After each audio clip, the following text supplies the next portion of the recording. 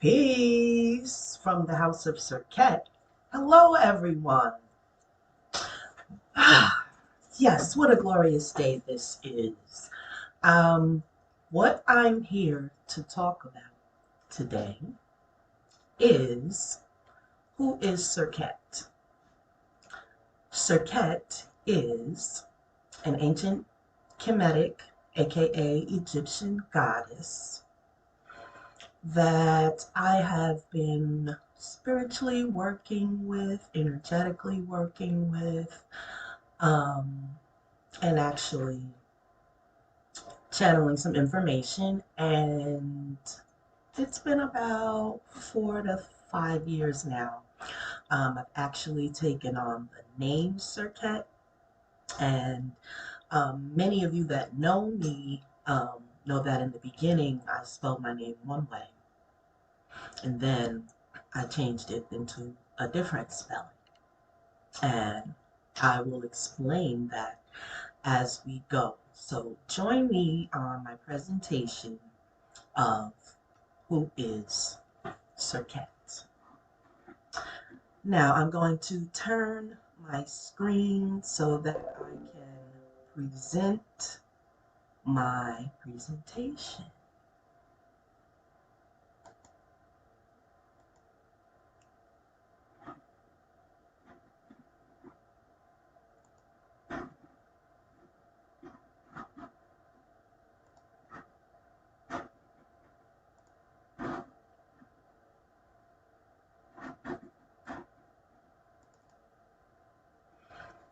Okay,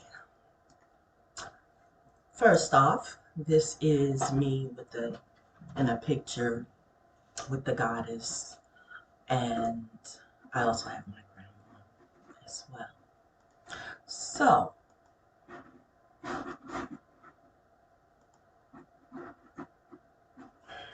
don't tell me.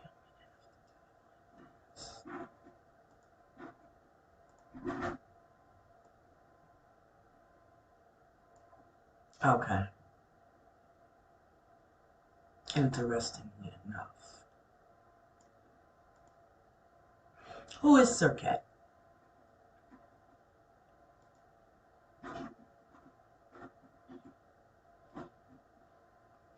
Serket, also known as Serket, Selkis, Sekret, is an Egyptian goddess of protection associated with the scorpion.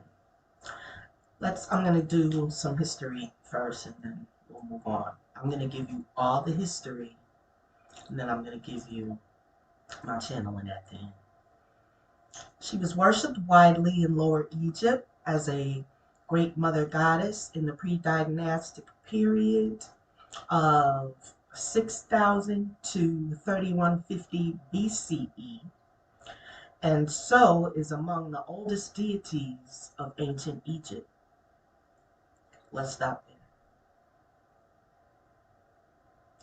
Among the oldest deities in ancient Egypt.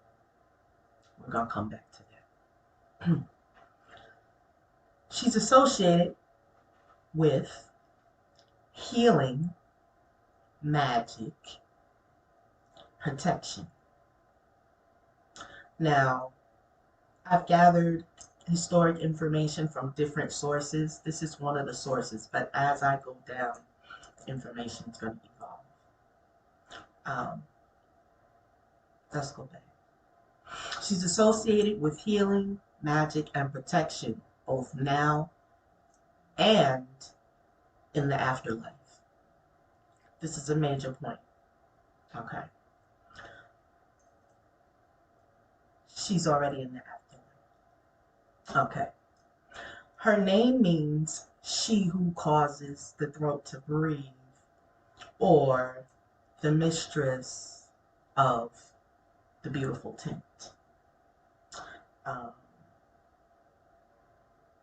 Her symbols are the scorpion, the ankh, and the wise scepter, all of which convey her benevolent aspects in the pre-dynastic period.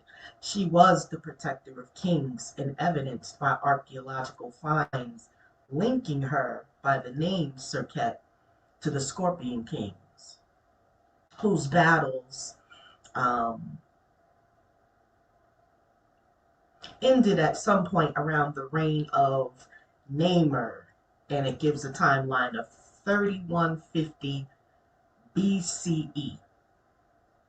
During that period, she was already closely associated with protection, and her worship had grown from the Delta region of Lower Egypt to the cities of Upper Egypt. So she was worshipped. Okay. So we know that she's one of the oldest deities. We know that she was a protector. She worked with healing. She worked with magic. We know her symbols are the scorpion, the ankh, and the wise scepter. We know that she was also associated with the afterlife. And also, she was worshipped. Okay? And she was worshipped as a protection goddess also. But that wasn't the only reason why she was worshipped. And her worship had grown from the Delta region of Lower Egypt to the cities of Upper Egypt.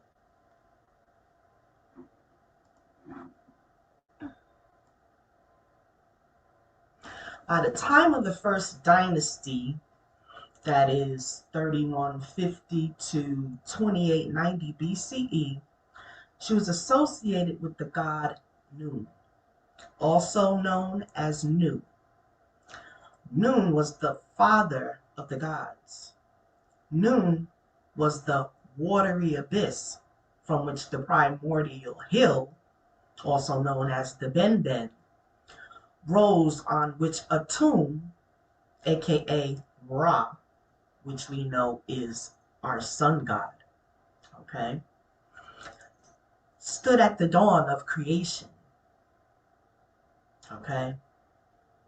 Noon was at the dawn of creation. Okay? And Serket was associated with Noon.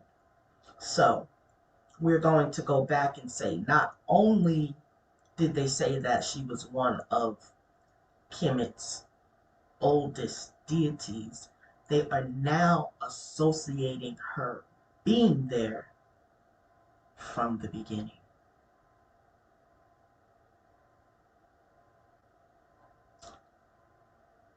Again, it says by the time of the first dynasty in ancient Kemet. There goes Serket.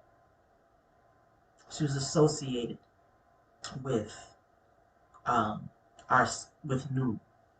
Okay. Nun is the father of Ra, the Benben. Okay, and Ra stood at the dawn of creation. We're going to get into that story as well, of how Ra became the sun. He was Ra first, and then he transformed himself and became the sun. Now, mind you, these are all metaphysical aspects, but important they are. And since our history is based on storytelling, we must tell the story correctly. And some of us who are incarnated here at this time are actually the energy and the souls of those before us. Okay. Where did we leave off? Let's go back. Noon was the watery abyss from which the primordial hill, the Benben, rose, on which Atum, Ra, stood at the dawn of creation. It is unclear what role she played. It says unclear what role she played. And I'm going to explain why. Okay. They say it's unclear the role she played, if any, in the creation of the world. But evidence suggests that she may have been the wife of Atum, who is the first son of Nun.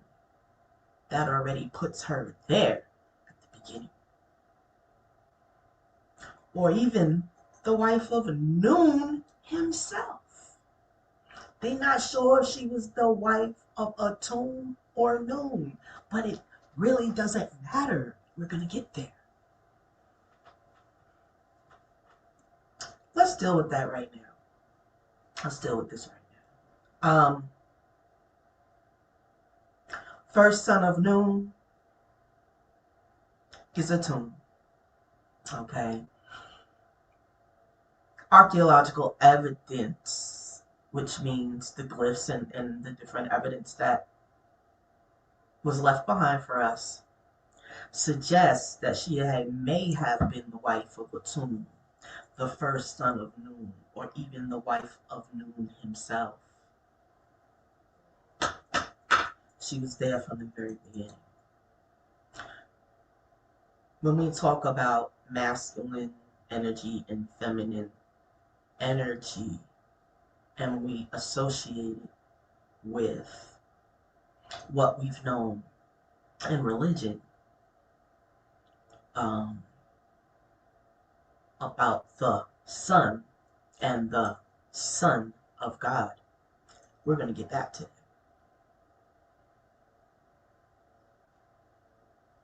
And how it was switched around from a feminine aspect to a masculine aspect when we're talking about the Son of God. Okay, now let's see.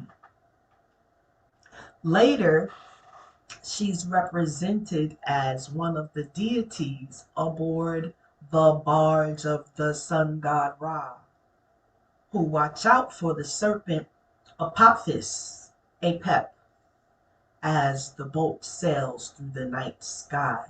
Apep was the evil serpent god, aka devil. They put Serket in charge to watch out for him. Lesson 1.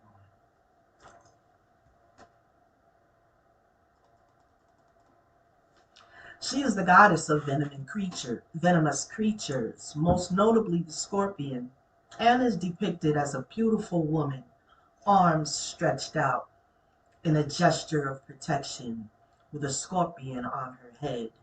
The scorpion is purposefully shown without a stinger or claws to represent Serket's role as protector against venomous stings.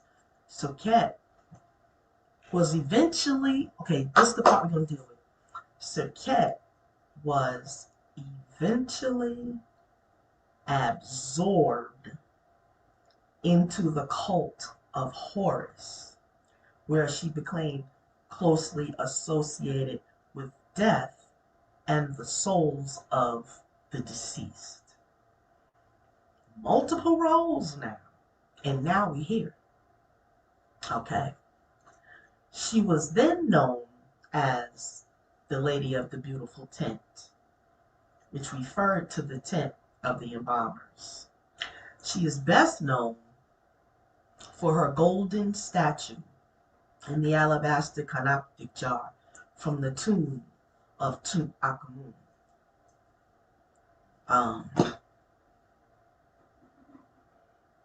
And we do have an image for you. This is the tomb. This is Serket.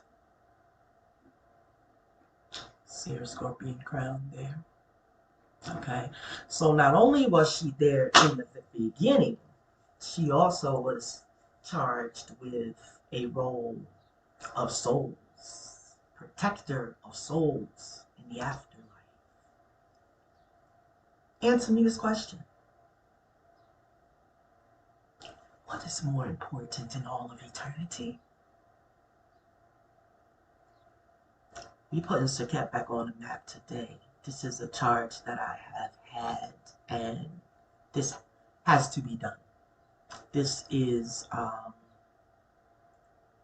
part of my legacy here because I have yet to see this done. And so I am Serket. So this is part of why I'm Serket. And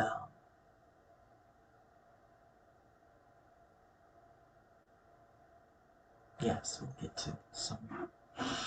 All right, so let's see back where we were here. Let's see if we got all this information.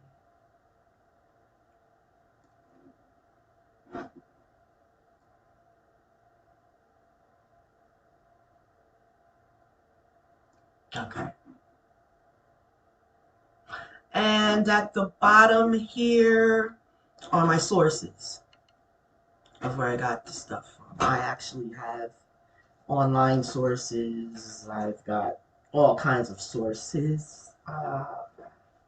My book stack is getting. I don't know if you can see this, but this was the book that helped me identify who my patron goddess was. I did not know. I did not know who she was on this cover. Not until I got very deep into the book did I notice that she appeared on the cover. That is Serket here. You see the scorpion crown. Okay. I said, after I read the story, I identified with her to see this was a call that I just didn't pick up on for most of my life, but now I know that she's been there. I am a Scorpio. I'm born 11/16. I am a death doula.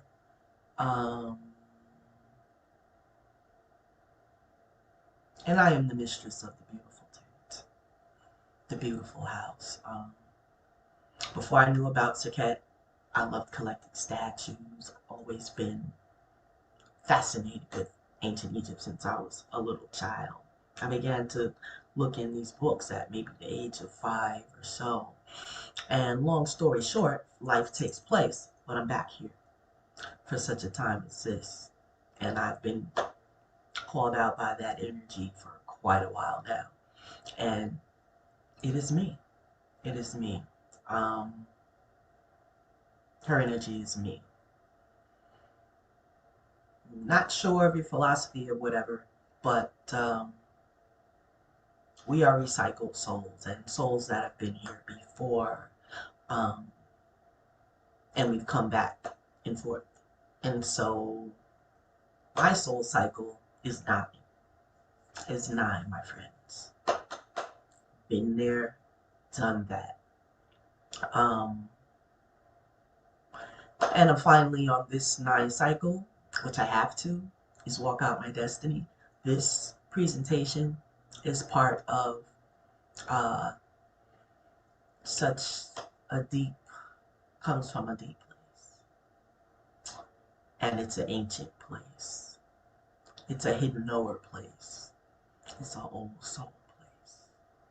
And so, please respect this information. Because you're going to need it one day. Okay, let's move on.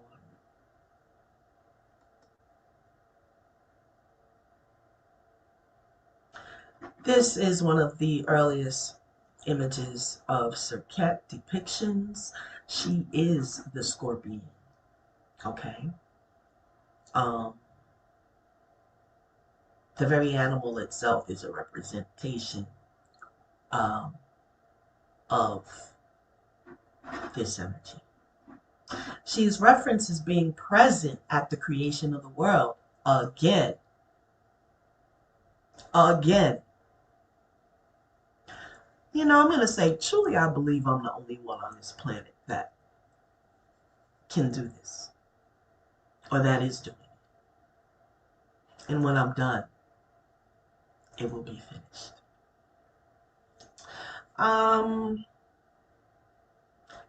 She is referenced as being present at the creation of the world. She was seen as a mother goddess from the beginning. In the prehistoric period of Egypt, and was already associated with the scorpion, which was a symbol of motherhood in many areas in the Near East of that region. Okay?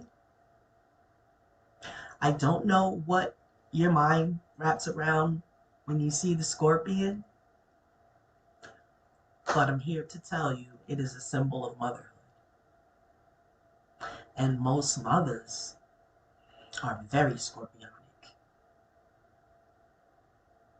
because they pretty much give their lives before they let you hurt their children. What does that sound like? See, in history, there was this man that they said he gave his life for his children.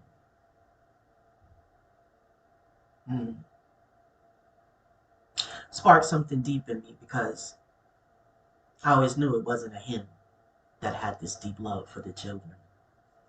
It's the feminine energy. Not saying that the masculine doesn't. I'm just saying innately and naturally, it's a feminine type thing, energy-wise. She is depicted as nursing the kings of Egypt in the pyramid text. She nursed the kings. Does that mean breastfed?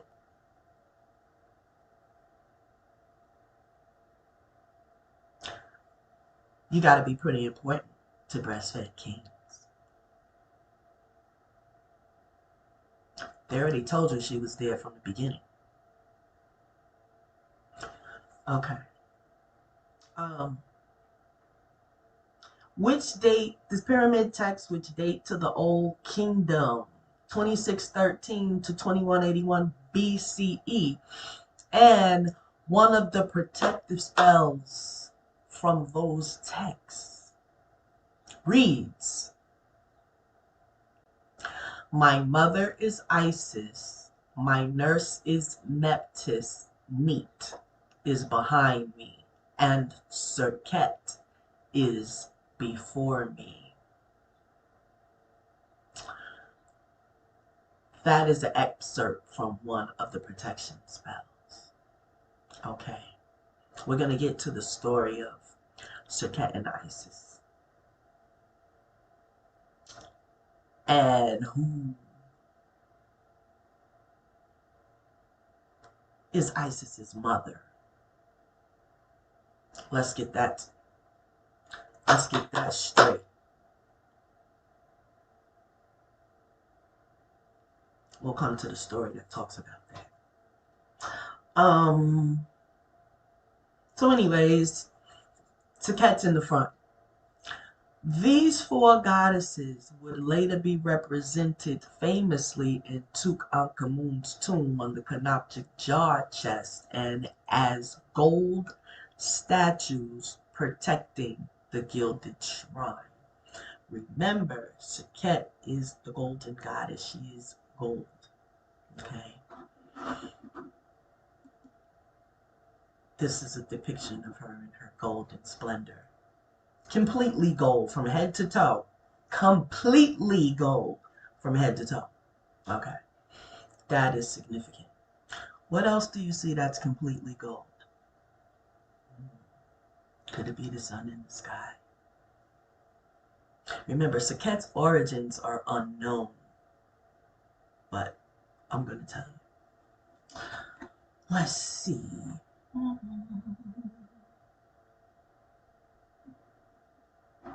We got there, okay.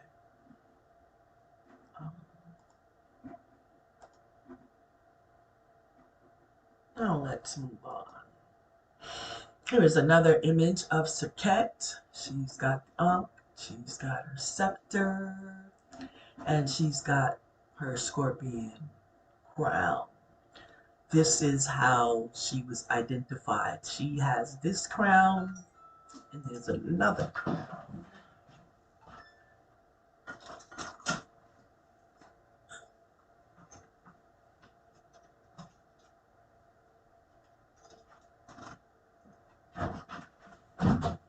That looks like this.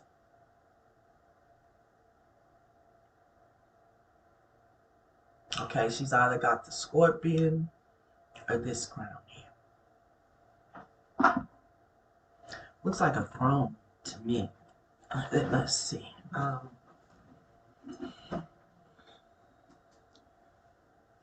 right, we're going to get into some of the mythology and the stories of Serket now. Stories of Serket. Scorpion stings were a common hazard in ancient Egypt. The female scorpion is larger than the male and has a greater supply of poison. Representations of Serket always show the tail raised in the stinging position. Scorpion stings cause a burning pain and a shortness of breath and can be fatal to young children and the elderly. Her name, she who causes the throat to breathe, comes directly from her association with the scorpion. Amulets were carried with her name on them to protect people from scorpion bites or to help them breathe if they were bitten. Okay, but those amulets can also be for protection, healing. Serket, she's multi-dimensional.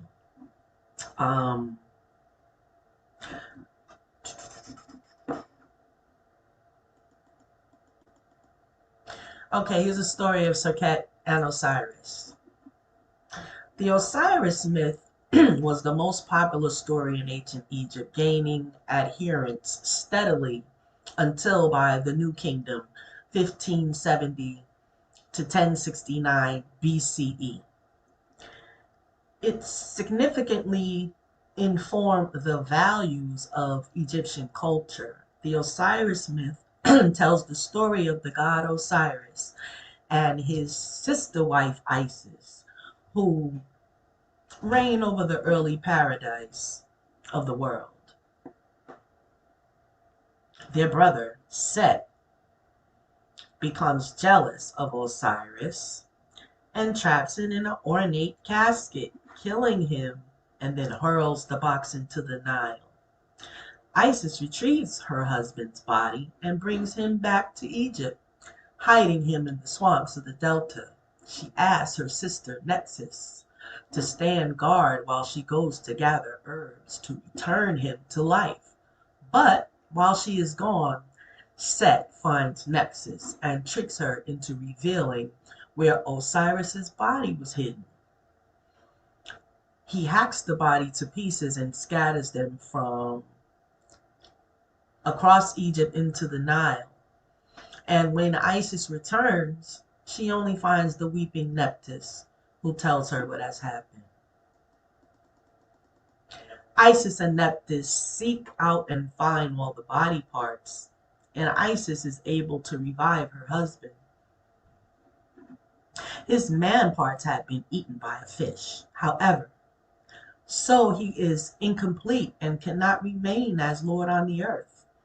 Prior to his descent to the underworld, Isis turns herself into a falcon and flies around his body, gathering his seed into her own, and becomes pregnant with a son, Horus.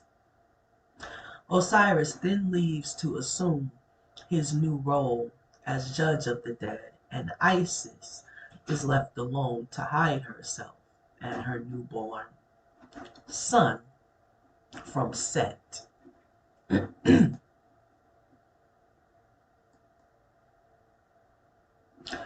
Serket is sometimes included in the story at this point in her role as protector of the innocent. Again, another role, okay? Because we said she was the goddess of healing, protection, magic, and protector of mothers, um, and protector of the innocent. That's deep. Isis has a difficult labor and gives birth to Horus in the swamps of the Delta. Serket presides over the birth. She was a birth doula and a transition doula.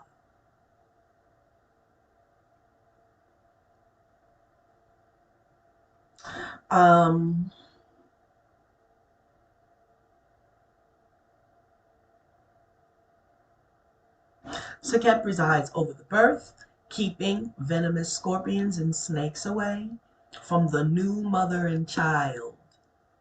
She is a protector of the mother and their children.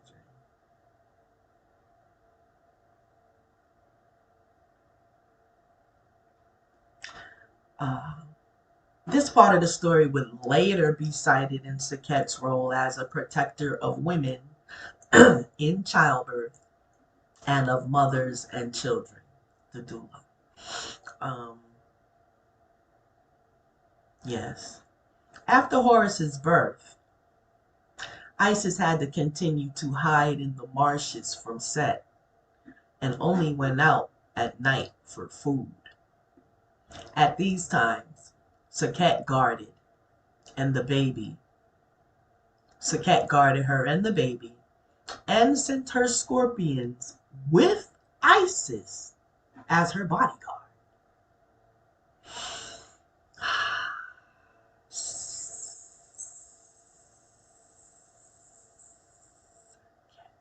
That's what I'm talking about. Yeah, while she's in one place, she done sent the scorpions on a mission for the bodyguard. Fire. All right, let's move on. I just love this picture. Whew, I just feel warm feeling all over me when I see this picture. So beautiful. When you know what things are all about. Let's be on fire. I couldn't have picked a better name for myself other than the name I was born under. There ain't no other name that fit me but that. Nobody named me. I don't have an overseer. I just started dealing with the energy myself. And it is what it is.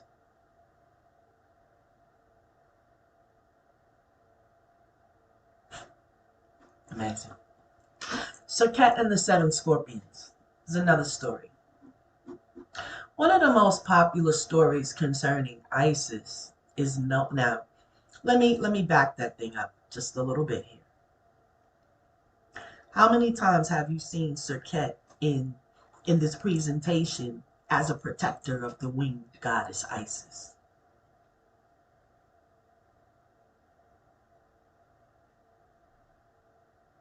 A number of times.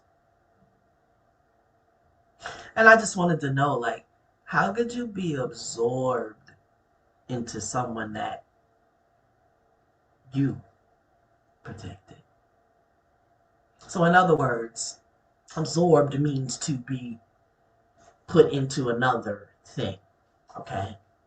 As if to say absorbed, as to say it exists, but it only exists in this form now.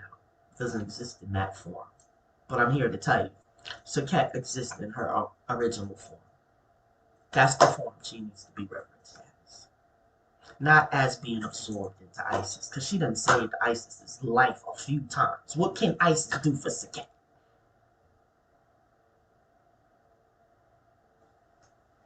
Okay. Let's move on.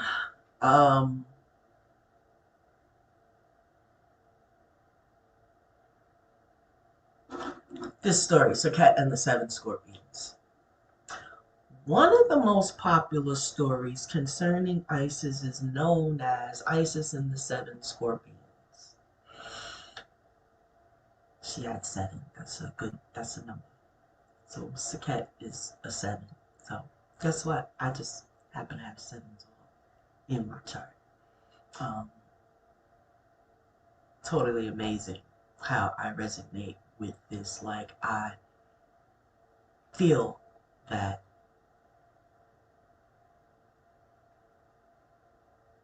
uh, I just feel like a soul reincarnated and finally realizing who I am. That's just what it is. That's how I feel, and I'm rolling with that because I trust myself. Now, yeah, one of the most popular stories concerning Isis is known as Isis and the 7 Scorpions. It relates how when Horus was an infant and Isis was hiding in the swamp, okay, we got to that. Serket had 7 scorpions keep her company. When Isis went out to, this just says she was on the run, that's right. So she probably did find herself in this situation through the story. But anyway, I'm not here to, maybe I am here to rewrite the story. Because like I said, I'm channeling the energy and I trust my own intuition. So let's see. When Isis went out to beg for food in the nearby towns, 3 of them, Petet, Tijet, and Mutet, 3 of the scorpions, would go before her to make sure the way was safe and Set was not waiting in the ambush. Set, the evil serpent god, the devil that y'all running from, or do you have him on the run? You on the run up in here. Because remember, Serket's the only one that can cage him and subdue it and headlock and pretty much shut him down. That's the myth.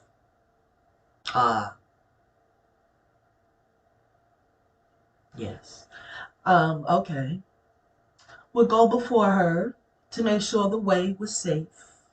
She went, okay, before she was ahead in the boat of Ra to look, to make sure that Apep wasn't around. This is in the afterlife.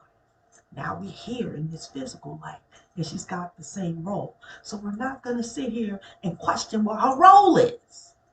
Okay. Patet, Tijet, and Mutet would go before her to make sure the way was safe and that Set was not waiting in ambush. 2 were on either side of her, Masetet and Masetetef, and 2 brought up the rear, Tefin and Bethin, who were the most fierce scorpions, in case Set chose to attack from behind. So not only do she got you from the north, the south, the east, and the west, that's all directions. She is Serket. She need to be reverenced as she is divine. Put back on the pedestal, my friends.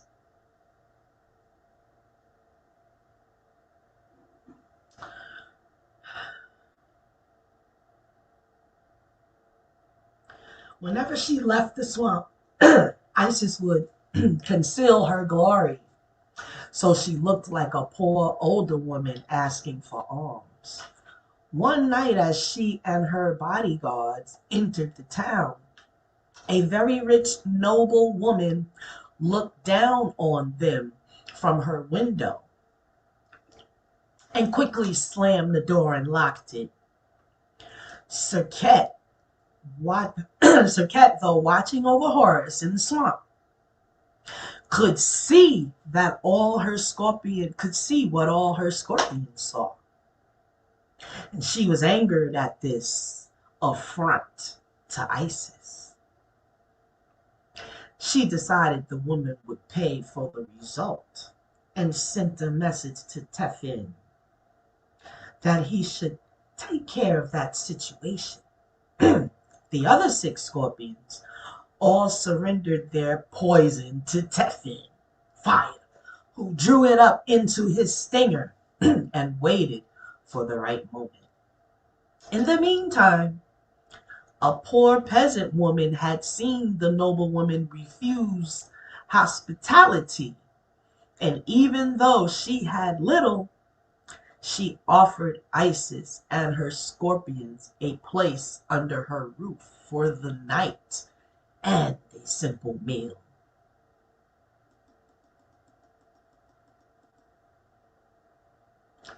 Too similar to the Christ story.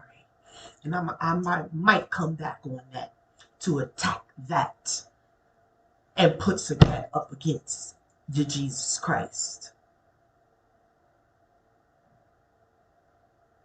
Second presentation coming because I believe that needs to be done because there is such a comparison.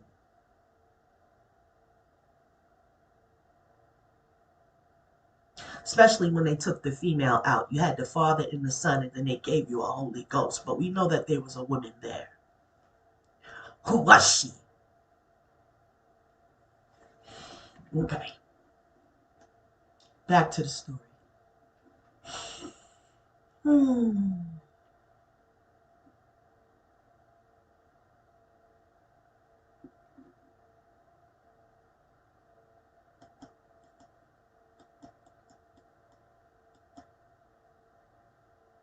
So all the scorpions gave all of their venom to Teflon, who drew it up into his stinger and waited for the right moment. In the meantime, a poor peasant woman had seen the noblewoman refuse hospitality, and even though Isis had little, she offered Isis and her scorpions a place under her roof for the night and a simple meal. While Isis was eating with the young woman, Teflon snuck out of the house and crept beneath the door of the home of the noblewoman, where he stung her young son.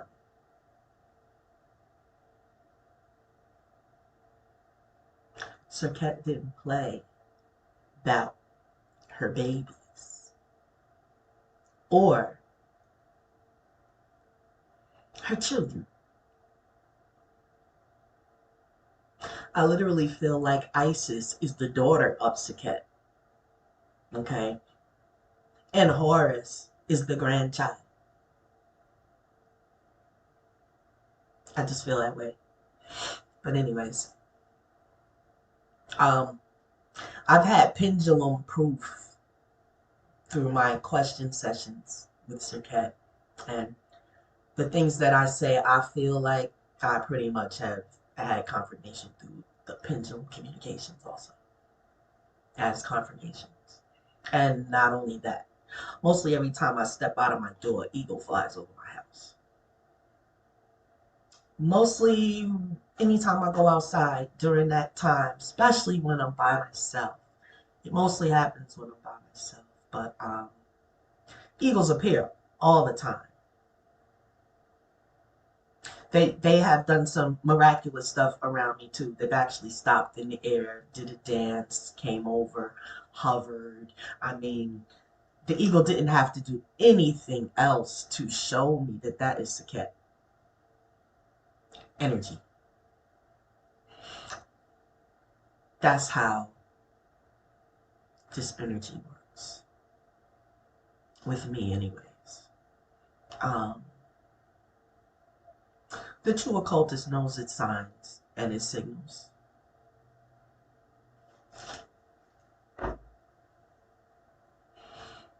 And we don't always have to wait for people to tell us stories. We can go in and get the story.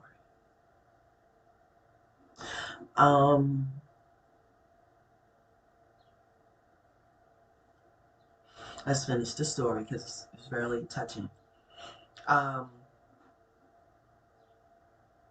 Yeah, so Teflon had snuck out and went and stung the old mean noblewoman's son, right? And he was poisoned with the venom of the scorpion. And the boy fell down in a stupor. And the noble woman grabbed him up and tried to revive him, but could not. She ran into the streets crying for help, and Isis heard her. Even though the woman had refused her food and a place for the night, Isis forgave her.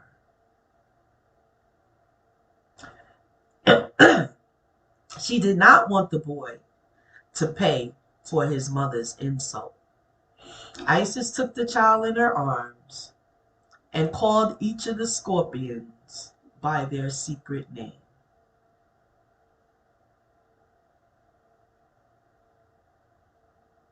Thereby dominating them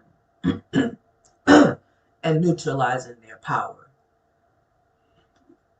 and recited spells of great magic. The poison evaporated, leaving the child's body, and he revived. The noblewoman was so grateful and so ashamed of her earlier behavior. She offered all of her wealth to Isis and the peasant woman.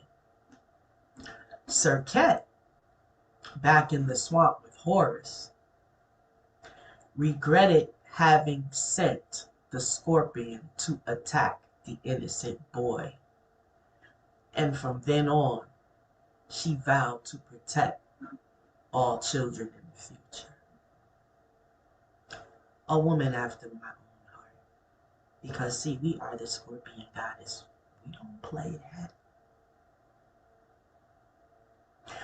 We strike.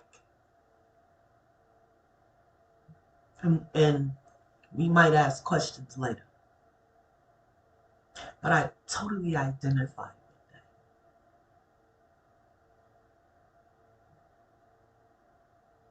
And I also identified that Isis, her position. Okay. So I don't think that Serket should have ever got absorbed into Isis unless that's a way of saying Serket evolved into compassion. But it's just, they both were in existence at the same time. So how can you absorb something that's immortal?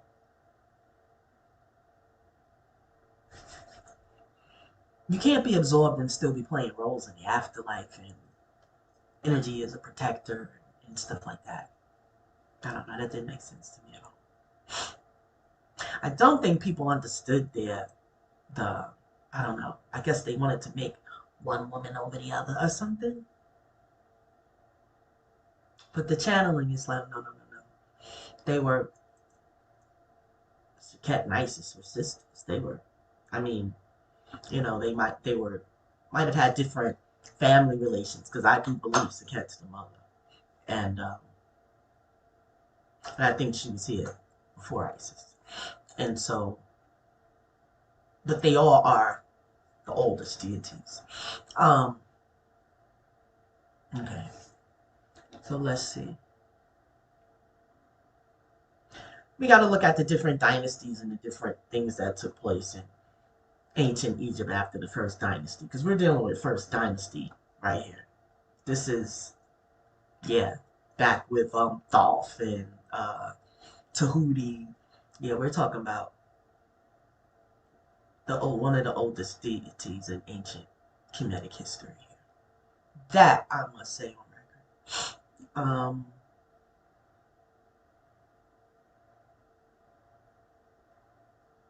So now she's a patron deity, a protector of children. Okay.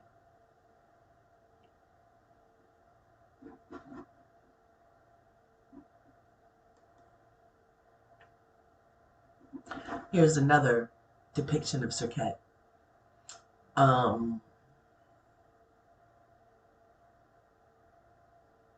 Yes, here she is depicted with hair of locks, always with the scorpion on top, and she's in the stance that is I believe it's a protection stance or a heka. stance.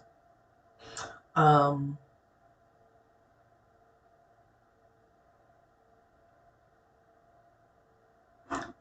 Transformation of Serket.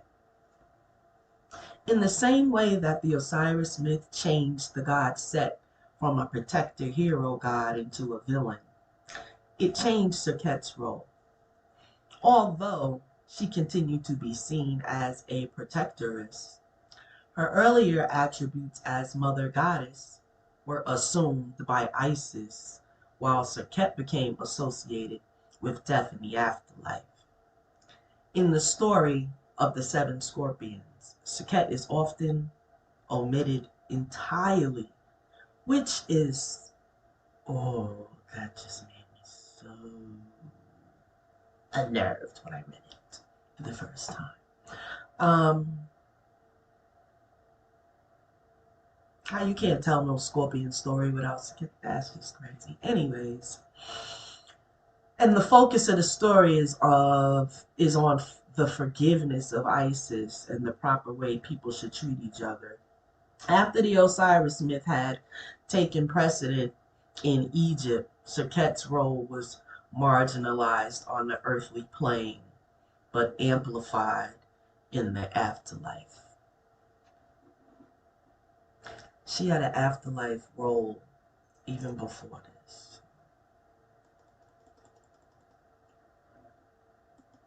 Serket became known as one of the guardian gods who stand watch over souls in the afterlife. Specifically, as author Geraldine Pinch notes, she is one of the deities who guards a bend in the river on the waterway route to paradise. So now, lately in metaphysics, we've been discussing the routes. You know, the way to go and not have to come back here.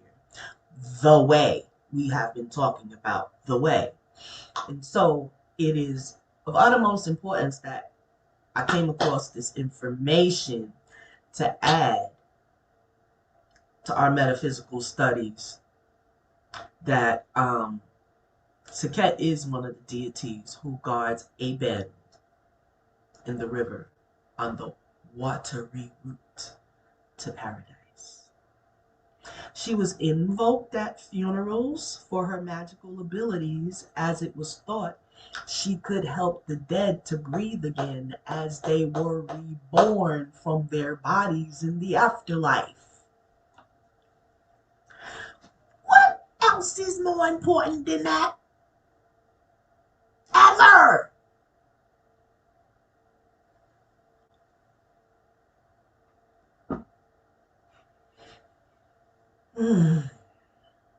Yes, I am Serket because I gotta leave emotion out of it because it's so deep that I almost admit to tears every time.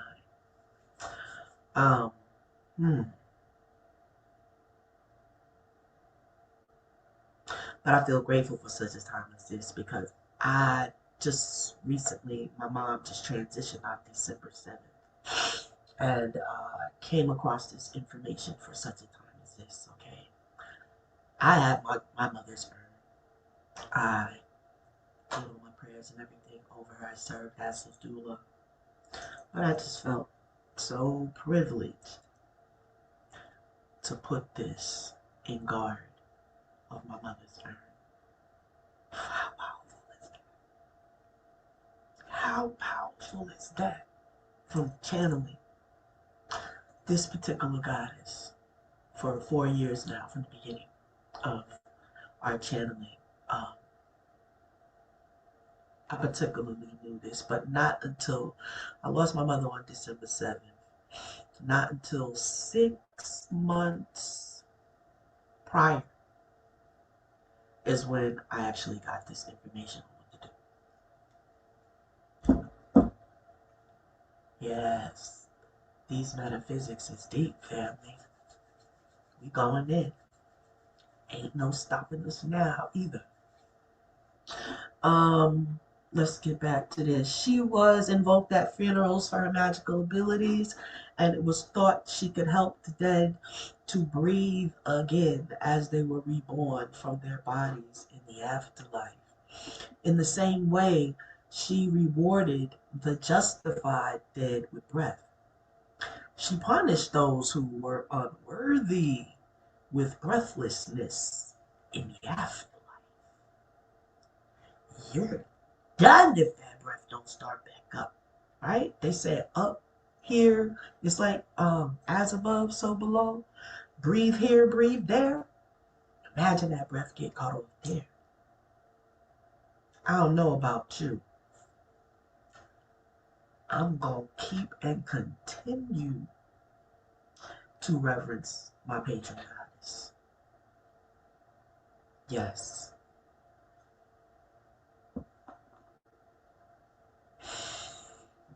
In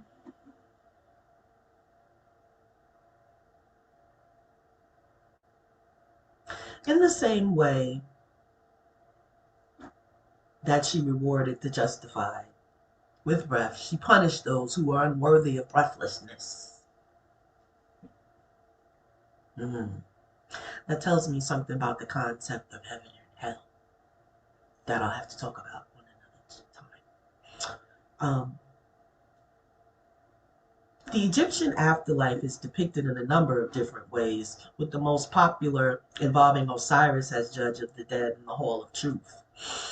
In the heart of the deceased weighed more, if the heart of the deceased weighed more than the feather of Ma'at in the scales, it was dropped on the floor and devoured by the monster Amut. Then the soul would cease to exist. So that indicates to me not all souls can dwell forever.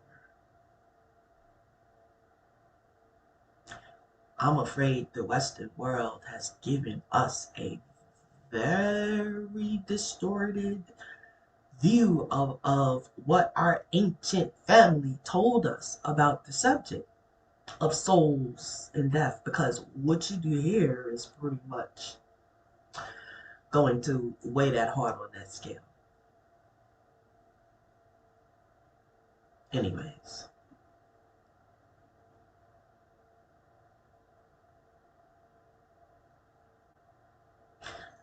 That says that not all souls last forever or are accessible forever. But I kid you not, she must be in the afterlife because she accessed me. I didn't access her. I was meant to know this information for a reason. I have yet to have heard, anyone else talk about this. So I'm honored and privileged. In another version, however, the souls of the unjustified are punished for their misdeeds by the 42 judges who preside with Osiris and Thoth, aka Tahuti, over the Hall of Truth. These souls could be turned over to deities like Serket, who would unleash their wrath and torment those who abused the gift of life. Oh. Woo! Hey! Mercy. That's deep. Yeah.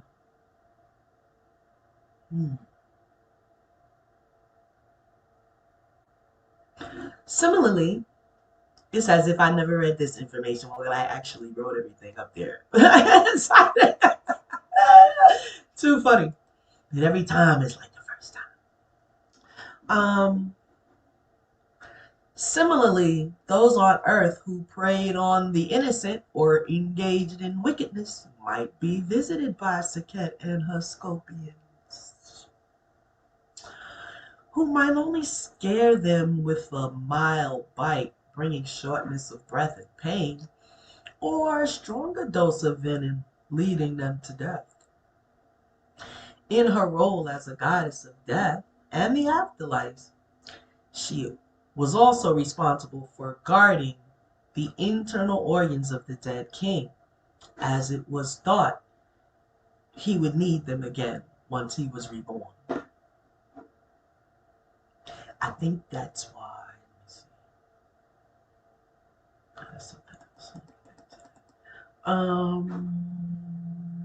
She was the protector goddess of one of the four sons of Horus, Kebesinu,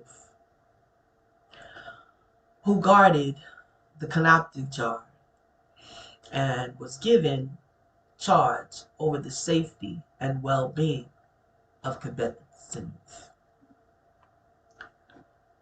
Now, this is under worship and clergy. The most significant way in which the Osiris myth transformed Serket was to attribute her earlier manifestations of power to Isis. She remained a very popular goddess, however, and should not be considered a lesser goddess, as so many writers on the Egyptian mythology refer to her. They have cursed themselves, I'll let you know.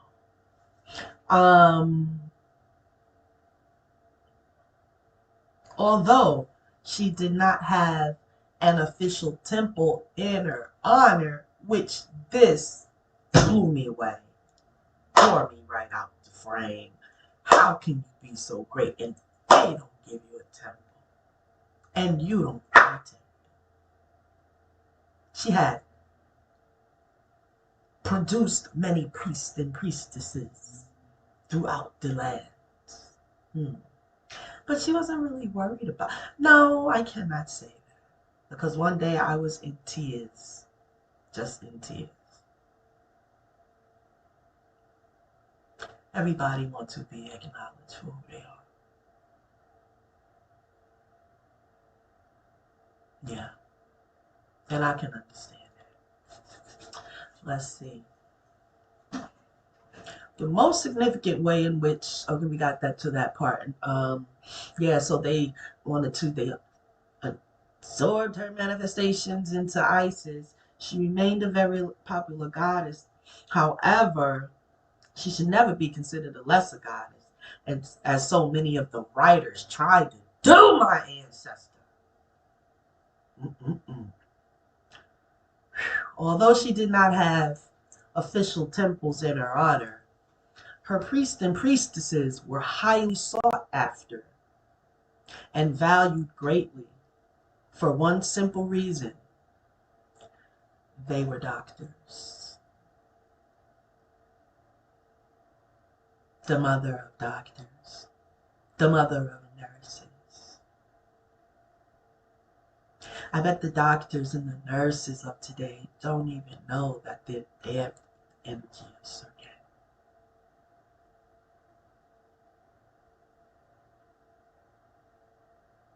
The clergy of the cult of Serket, she had her own cult. And many wonder why I have something called Serket's Coven. I'm actually in my coven right now. But, yes.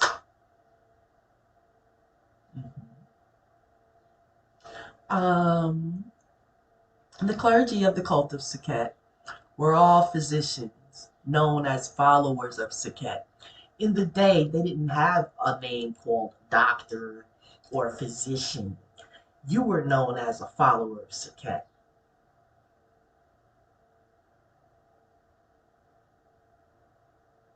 I also have a great understanding of medical matters. Yes, I do.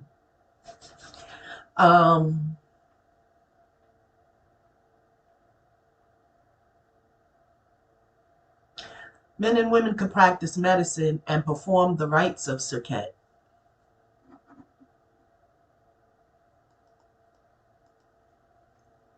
According to historian Margaret Bunsen, Um, the practice of medicine was the science conducted by the priests of the Per-Ankh, the house of life. The Egyptians termed it the necessary art. Okay? So how necessary was Serket from the very beginning of the first dynasty?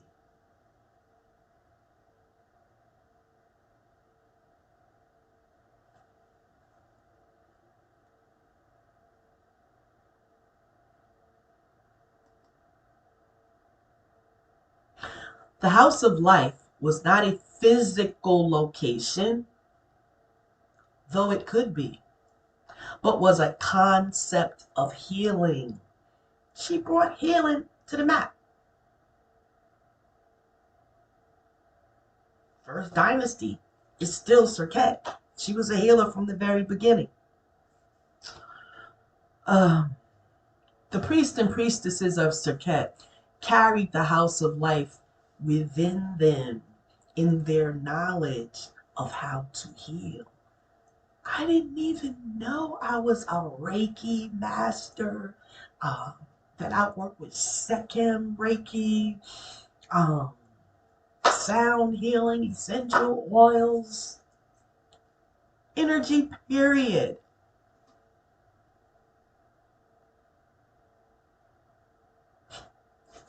It's interesting. Um,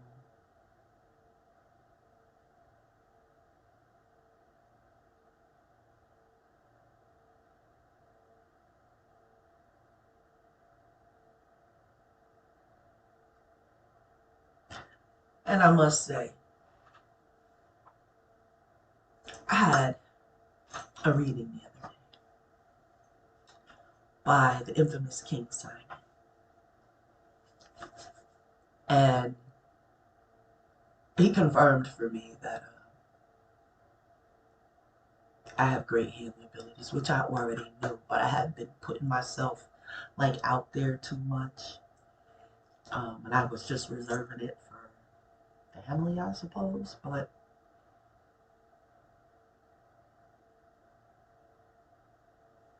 I'm walking in my destiny and I'm not looking back.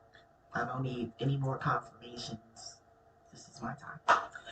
But let's move on. Just do it. And I was telling my daughter not too long ago about the just do it thing. And that was pretty much prevalent at my mother's homegoing gathering. Um, she didn't talk about it. She did it. Okay. And then just do it came again. So yeah. And then when King Simon came out and said, just do it. I'm done. I'm moving forward. And that's all to it. Um,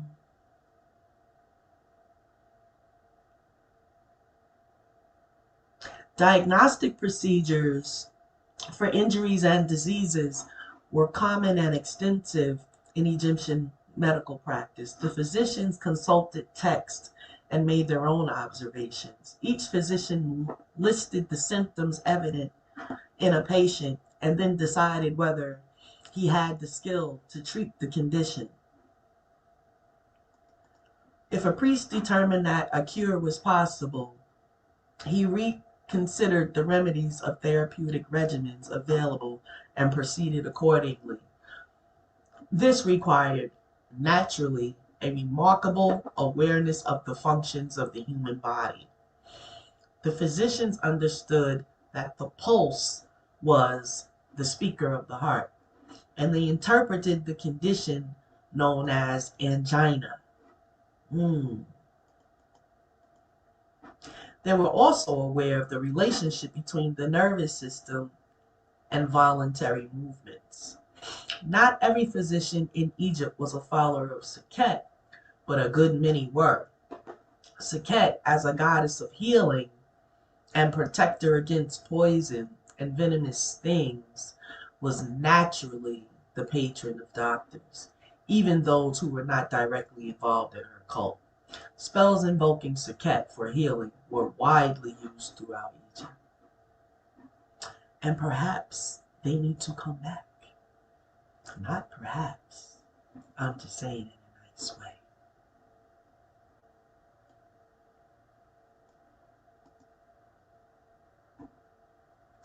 The recto of the Chester Beatty Papyrus,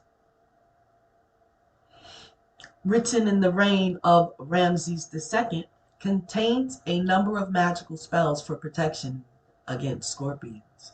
Most invoke various wives of Horus, whom Gardner, the Egyptologist, suggests might be merely appellations of Serket, who is actually named in the 8th spell. Someone approaches me. It is not I who approach you. It is Wepet Sepu, wife of Horus, who approaches you. You poisons, come forth to me. I am Serket.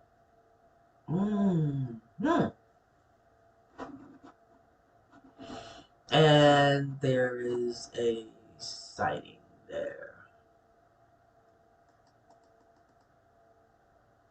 In this spell, the physician would recite the lines as though the patient were having a dialogue with the goddess or goddess. When Serket said her final line, the poisons were supposed to leave the body of the sick person. Although she is not mentioned by name in every papyrus or inscription, her powers of healing would have been invoked no matter which aspect she was named as or what other goddess were called upon. In her role as patron of physicians and healing goddess, she helped the people of Egypt from their birth, through their lives, and even into the afterlife. And this is cited here.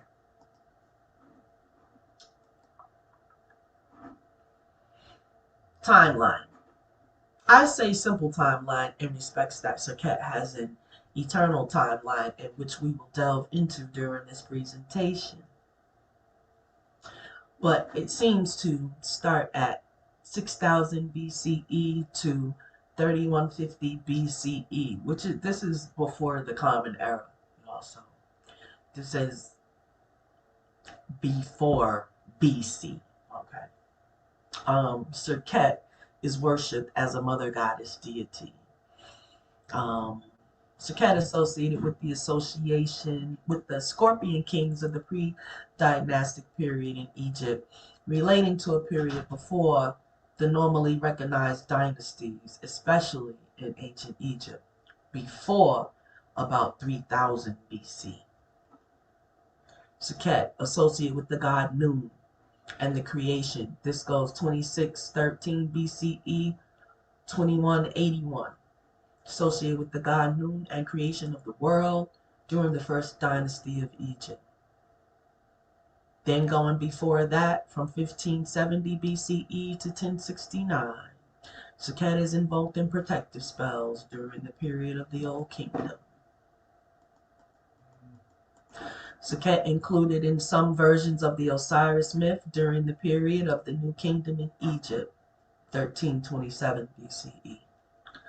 Golden statue and alabaster canopta jar of Serket placed in the tomb of Tutankhamun. Origins unknown. By channels, she says she came directly from Ra. This is my note. By channels, she says she came directly from Ra, specifically for the purposes I will now read. In other words, not a physical birth. Just like a lot of the other deities didn't have this physical birth. Look into Thoth and Tahuti. Yes, so I believe Serket is one of those deities also that she didn't have a physical origin, but through my channels, she came forth out of Ra. Period.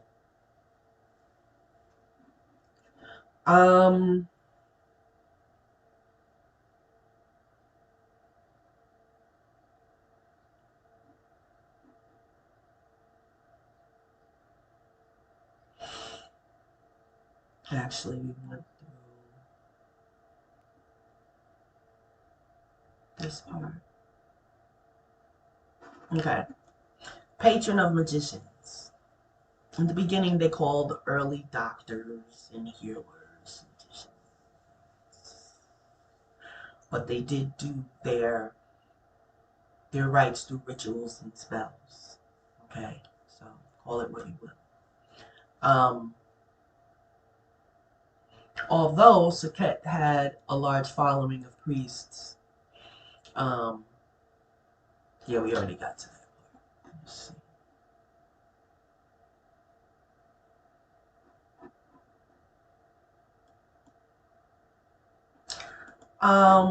There's a note that's saying a lot of something that might have connected her more.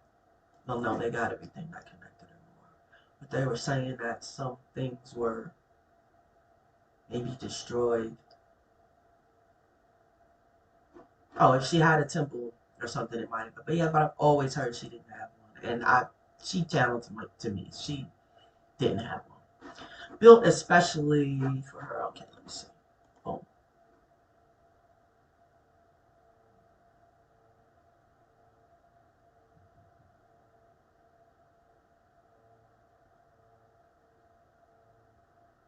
She also had the title Lady of Heaven. You barely hear that, but I'm bringing it back.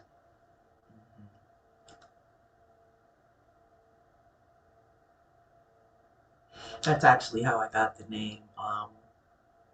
I didn't even know it was Mistress of the Beautiful House. I named it House of Serket first because I knew she never had a temple, and I said, "Well, you're gonna have one," and then I gave her mine. So that's how I did House of Serket. I didn't find out until later on that she was actually called Lady of the Beautiful Ten, you know, or the Mistress of the Beautiful House. And so yeah.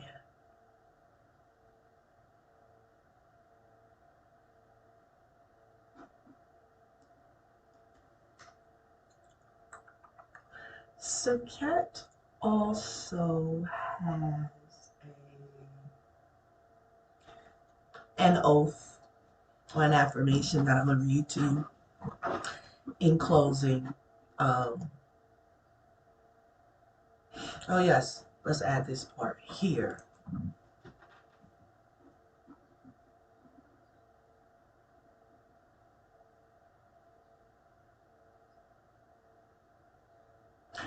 Because Serket could cure snake bites, she was sometimes known as the protector from Apep or Apophis, a demon and a snake figure in ancient Egypt beliefs, widely known as the evil snake god. Serket also plays a role in the fight against the serpent. In the coffin text, in spell number 752, the deceased says, "I am skilled in the craft of Serket Hayet, therefore I will drive off Apep, ferrying across the firmament." The goddess's protective role, alone and in the company of other deities, is attested to in the pyramid text when the deceased king says, "My mother is Isis, my nurse Nephthys, Neith is behind me, and Serket is before me." That's in PT 1375. Together with three other goddesses, Nephthys, Isis, and Neith, Serket protected the body and vital organs of the deceased here and protected the soul in the afterlife.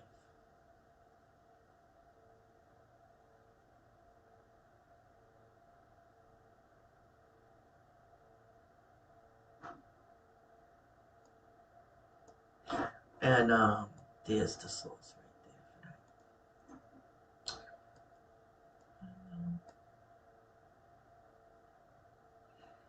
that. Yes, family.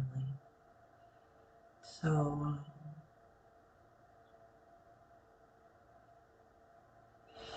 special Serket days of celebration. The scorpion is revered as mantra, headed, headed and yantra. The scorpion symbol is venerated during April 10th and 11th, September 4th and 6th. This came from Mantras and Yantras of Ancient Egypt by Douglas A. White. There's also, I saw something else that, and it stuck with me because it actually occurred on my birthday. Is another day that Serket is reverenced. I wanted to say it was either my birthday, no, it's in August, I believe. Something with Serket occurs on my grandmother's birthday, which is August 9th, and it's actually in the same book. So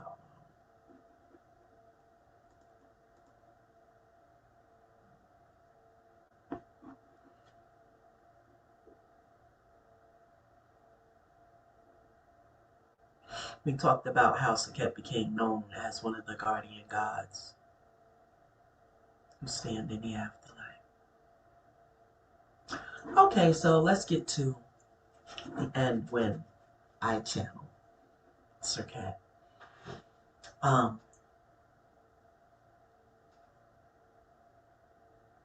She's a woman who has given her life, her dedication, everything of her existence from the very day to humanity.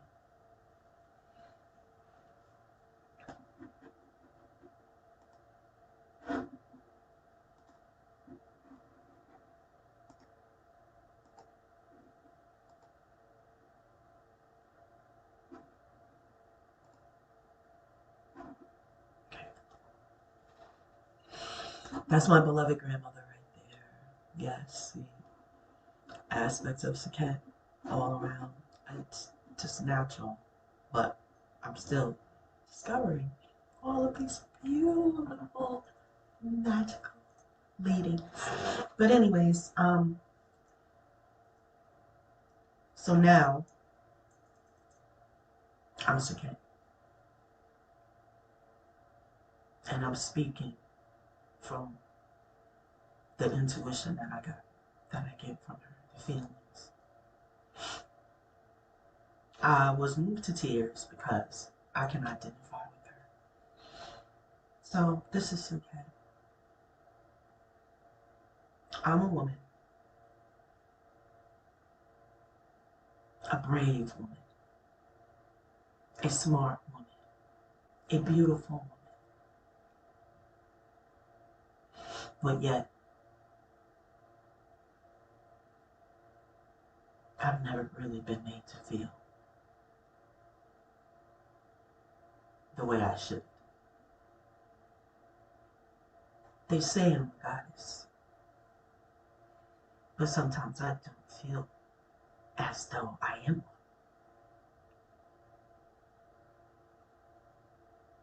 one. Who doesn't talk about me? Why don't they talk about me? Have they forgotten about me? Everyone I've helped, I've even saved lives.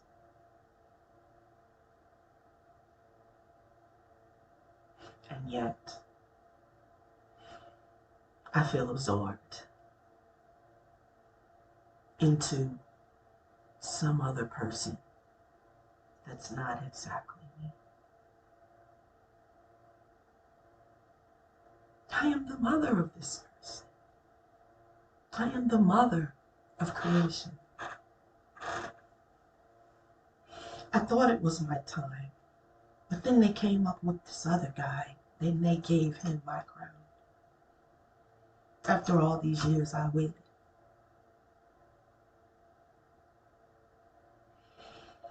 And then it became my time.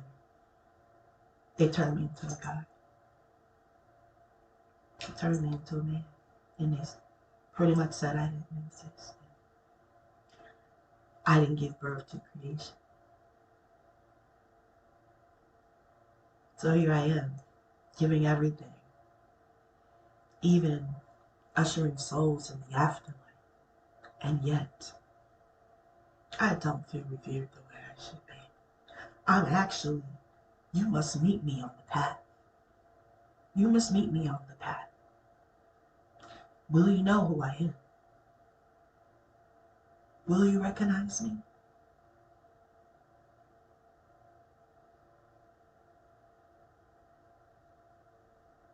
I can help you to the next level.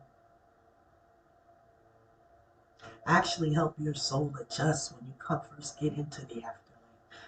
How uncomfortable it must be. But I help you to adjust in this new etheric form.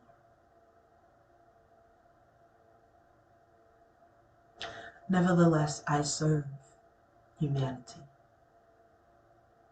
because it is who I am. But every goddess wants to be revered and remembered for who she really is.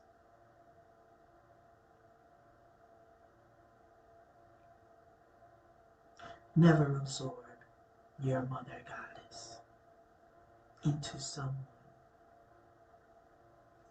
whom you don't really know.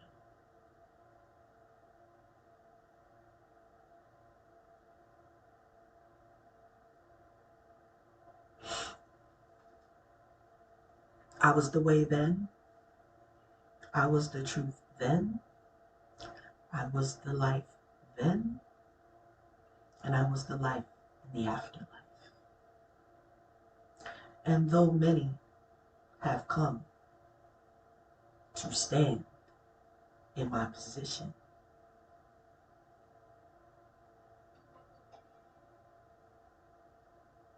I am.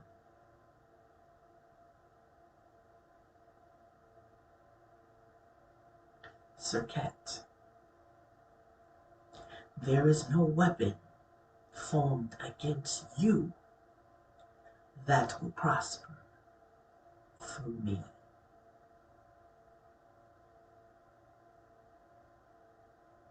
Until we meet on the journey to the Duat or Amduat, Uncle Johnson, Shem Hotep, and Makeru.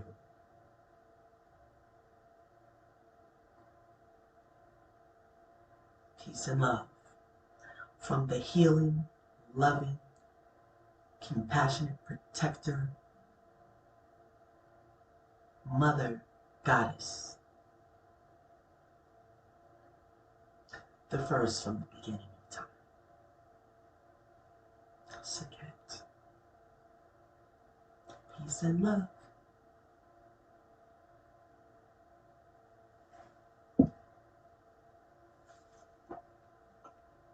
Uncle Johnson and family. Just remember, your spirit and your mind and your energy is yours to answer all your innermost questions. The answer